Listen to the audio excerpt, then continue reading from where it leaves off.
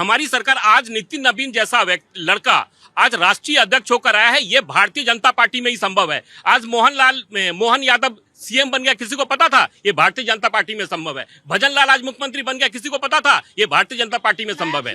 बिल्कुल नायब। तो इस तरह से भारतीय जनता पार्टी अपने कार्यकर्ताओं वाली पार्टी है। हम कार्यकर्ताओं के आधार पर चलते हैं। ये कांग्रेस की तरह नहीं, एक परिवार की पार्टी नहीं है, एक संगठित पार्टी है और पार्टी अपने तरीके से काम करती है। पार्टी का संविधान है और संविधान के तहत पार्टी चलती है।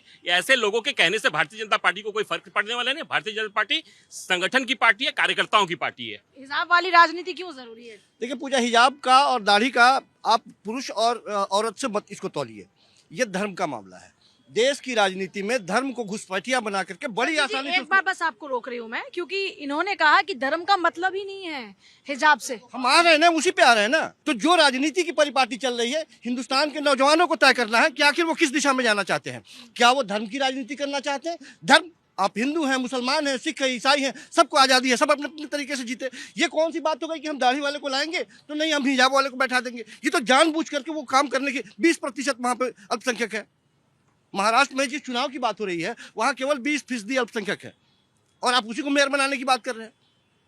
सीधी सी बात है कि आप इसमें जानबूझ के धर्म को ला रहे हैं और धर्म की राजनीति करने वाले हैं। देखिए, इस देश में जब जब अधर्म की हानि हुई है तब तब धर्म को बचाने के लिए लोग आए हैं इसी तरीके से।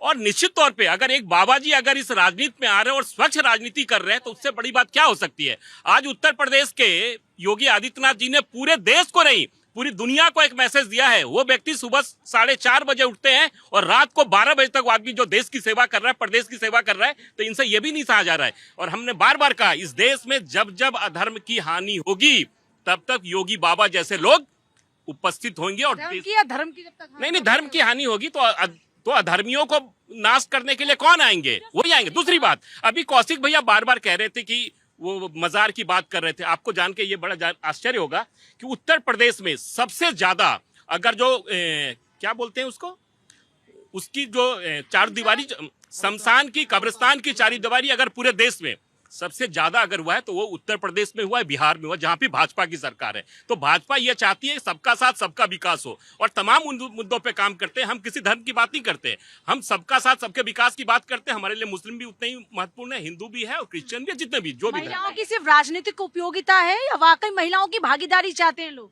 भागीदारी चाहते हैं, न सिर्फ राजनीतिक में और हर मैटर में। तो फिर ये हिजाब वाली महिला मेयर हो सकती है, इस तरह की जो बातें कही जाती हैं, इसका क्या मतलब है? मैम, जो खुद ही छुपी हुई वो सामने कैसे आएगी? कौन अगर छुपी वो हुई?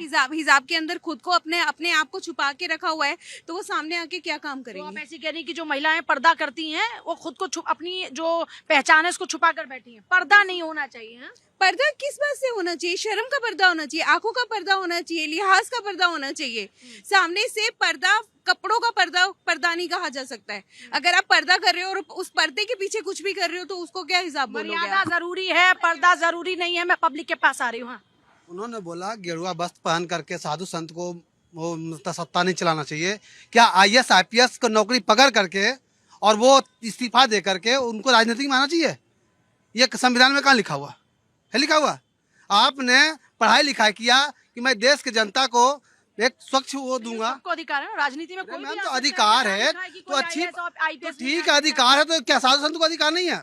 वो तो और अच्छी बात है। ना उनको बेटे की टेंशन है, ना उनको बेटी की टेंशन है, ना अपने माँ का टेंशन है, ना अपने बाप का टेंशन है। जो भी करेंगे देश के जनता के लिए करेंगे। ऐसा तो नहीं है ना कि भाई हम नौकरी छोड़कर आए कि भाई हमें 1 लाख तनख्वाह मिल रहा है, राजनीतिक जब विधायक और सांसद बनेंगे तो करोड़ों का घोटाला करेंगे, अरबों का घोटाला करेंगे, विदेश जाएंगे, वहाँ पैसा आराम करेंगे। ऐसा तो नहीं है ना। ये उनका कहना गलत है। और बात रही हिजाब पर, तो हिजाब पे जो लोग राजनीति कर रहे थे पहले, उनकी राजनीति खत्म हो रही है। हिजाब जो है, हमारी जो मुस्लिम बहन बेटियां हैं वो खुद चाहती है कि मैं हिजाब से मुझे आज़ादी मिले। हमारे ऐसे बहुत ऐसे जानने वाले हैं कि वो नहीं चाहती कि हम हिजाब पहन के कहीं ऐसे अंधेरे में जाएं, जो कि हमारा पहचान तो है। हम इंसान है या हम जानवर हैं? इंसान किस लिए पैदा हुआ कि मतलब पूरे उसमें जाकर हम कब्र में जाकर जाएं? हिजाब पहनो या कब्र में रहो, बात तो बराबर ही है। तो इसलिए हिजाब तो बैंड होना चाहिए। और हमारे अपनी चॉइस है ना, कौन हिजाब में रहना चाहता है, कौन पर्दे में रहना चाहता है, ये हम तो नहीं तय कर सकते ना। वो तो हम कहाँ कह रहे हैं उनको जबरदस्ती हटाओ। पर सबसे बड़ा सवाल ये है कि जब भी चुनाव होगा ये हिजाब की एंट्री क्यों हो जाती है? पब्लिक का इस पर क्या ओपिनियन है? देखो, जनता यही चाहती है। जो BMC के जो है वहाँ पे है, मुंबई में है, तो क्या ये हिजाब क्यों लेके पीछे में आ रहे हैं, ये बताइए। क्या हिजाब मतलब जो सरकार चलाती है म्युनिसिपल पार्टी जो है म्युनिसिपल, क्या मतलब कपड़े का धंधा है ये? एक जो सरकार चला रही है तो कपड़े से क्या मतलब उसका, ठीक है। और रही बात उसकी, तो देखो लोगों को ये सोचनी, जहाँ पे जैसे अभी मैं मुंबई लास्ट टाइम गया था अभी, ठीक है, तो वहाँ पे बहुत ज़्यादा नाले गंदी थी, मतलब पानी बरसात में बहुत ज़्यादा वो हो रहा था, ठीक है, तो उन पे कोई ध्यान नहीं दे रहा है, पर कपड़े पे और इस पे सब लोग ध्यान दे रहे हैं कि हिजाब के अगस्त में तुम राजनीति करो। अरे हिजाब उनका अपना है, ठीक है। और रही बात उसकी, हिजाब तो बिल्कुल बैन होना ही चाहिए, क्योंकि देखो अब जब क्यों है बैन होना चाहिए? देखो ऐसा है, देखो ये तो अपनी चॉइस है ना, किसको हिजाब पहनना है, किसको बुर्का पहनना है, कि किसको घूंघट करना है। नहीं, बिल्कुल आपकी यही बात सही है। ऐसा होता है, देखो जब हम एयरपोर्ट पे जाते हैं तो वहाँ पे भी हमें फीस दिखाना पड़ता है, तो वो एक अलग मामला हो गया ना। लेकिन हिजाब को बैन कर देना चाहिए, ये कैसे कह सकते हैं कि बैन कर देना चाहिए? तो मैम फिर इस चुनाव से उसका क्या लेन देन है, मुझे बताइए आप। ये एक बड़ा सवाल है ना कि क्या मतलब क्यों? है कि हाँ। राजनीति में बार बार हिजाब का क्यों आ रहा है? जिक्र क्यों होता है, दाढ़ी का जिक्र क्यों होने लगता है, क्यों हो रहा है? बिल्कुल सही बात है। गेरुआ रंग का जिक्र होने लगता है, बिल्कुल, ये बिल्कुल। इम्पोर्टेंट सवाल है ना। हाँ जी। हिजाब जरूरी है देश की राजनीति के लिए? ये तो सब अपनी अपनी सोच है, अपना अपना कल्चर है। कल्चर के हिसाब से लोग अपने अपना ढल जाते हैं उसी में। तो कल्चर पे तो हम बात नहीं करो तो अच्छा है, लेकिन ये है कि धर्म पे बात होनी। धर्म सिर्फ ये नहीं कि धर्म सिर्फ हिंदू धर्म होता है।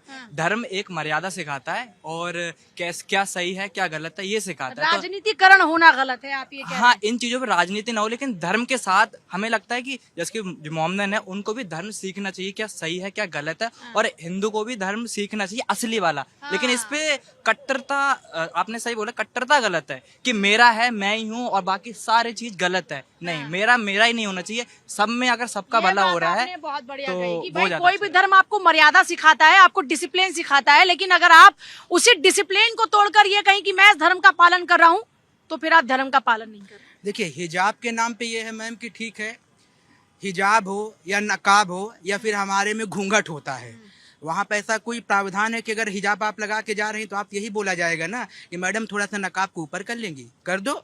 हमारी माताएं बहनें जो हिंदू समाज में है, कई समाज ऐसा जहाँ घूंघट करके जाएंगी, वो पूछा जाएगा कि यहाँ की दीदी बहन जी या मैडम घूंघट को थोड़ा ऊपर, कि यहाँ की वाकई में आप लेडीज हैं या जेंट्स है, कहीं वोट का दुरुपयोग नहीं किया जा रहा है। ठीक है, अच्छी बात है, वो तो हमें कहना चाहिए। चलिए, राजनीतिकरण है। अब आते हैं हम सेकंड मुद्दे पे। अभी हमारे बड़े भैया बोल रहे थे कि जो क्या कहते हैं अपने पूजा पाठ कराने वाले हैं, उनका टारगेट डायरेक्ट माननीय योगी आदित्यनाथ जी का था। हम सीधा सा करते हैं, हम किसी राजनीतिक पार्टी से नहीं है। उनको जो है नहीं, उनको जाके पूजा कराना चाहिए किसी मंदिर में, किसी संन्यास ले ले किसी, ठीक है। तो क्या साहब ये भी कहेंगे कि जितने मौलवी हैं, सांसद बने हैं या फिर विधायक बने हैं, निगम पार्षद बने हैं या फिर मंत्री बने हैं, वो भी इस्तीफा दे दें और जाके क्या कहते हैं हम वो अपना नमाज पढ़ें मस्जिद में? ये भी साहब बोल दे तो मुझे बड़ी खुशी होगी।